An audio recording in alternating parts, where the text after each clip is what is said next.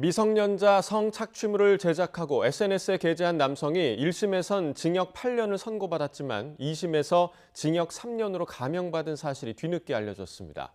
미성년자를 착취해 제작한 영상이더라도 얼굴이 나오지 않으면 무죄라는 게 감형의 이유였는데 법조계에서는 큰 논란이 되고 있습니다. 신준명 기자입니다. 30대 남성 권모 씨가 재작년 4월부터 6월까지 SNS에 게재한 영상과 사진들입니다. 앳된 모습의 여성들은 나체 상태인 자신의 몸에 권 씨의 SNS 아이디를 적었습니다. 스스로를 조교라고 지칭한 권 씨. 남성들을 대화방에 초대해 여성들을 상대로 집단 성착취를 자행하기도 했습니다. 박사방 조주빈과 똑같은 행태입니다. 한 시민단체가 나서 권 씨를 고발했습니다. 수사를 거쳐 재판에 넘겨진 권 씨에 대해 법원이 지난해 4월 아동 청소년 성착취물 제작과 배포 혐의 등으로 징역 8년의 중형을 선고했습니다.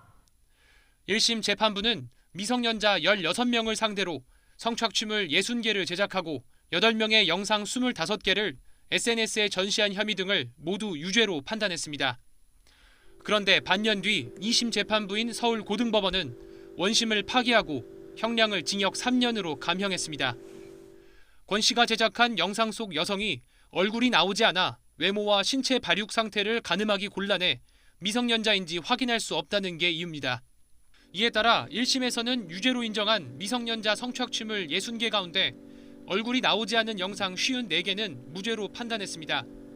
같은 미성년자가 등장한 영상 6개의 경우는 얼굴이 나온 4개는 유죄라면서도 뒷모습만 나온 2개는 무죄로 봤습니다. 해당 판결문을 검토한 한 변호사는 같은 인물이 등장한 영상의 일부만 유죄라고 판단한 것 자체가 논란이라고 지적합니다.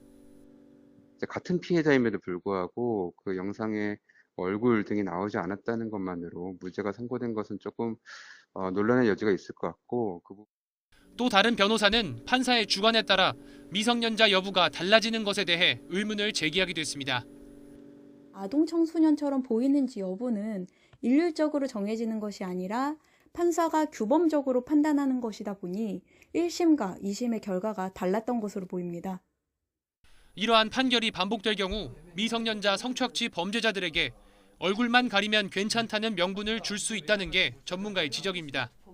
판사의 입장에 따라서 이렇게 고무줄처럼 적용이 달라지는 법에 대한 신뢰가 점점 떨어지는 거죠.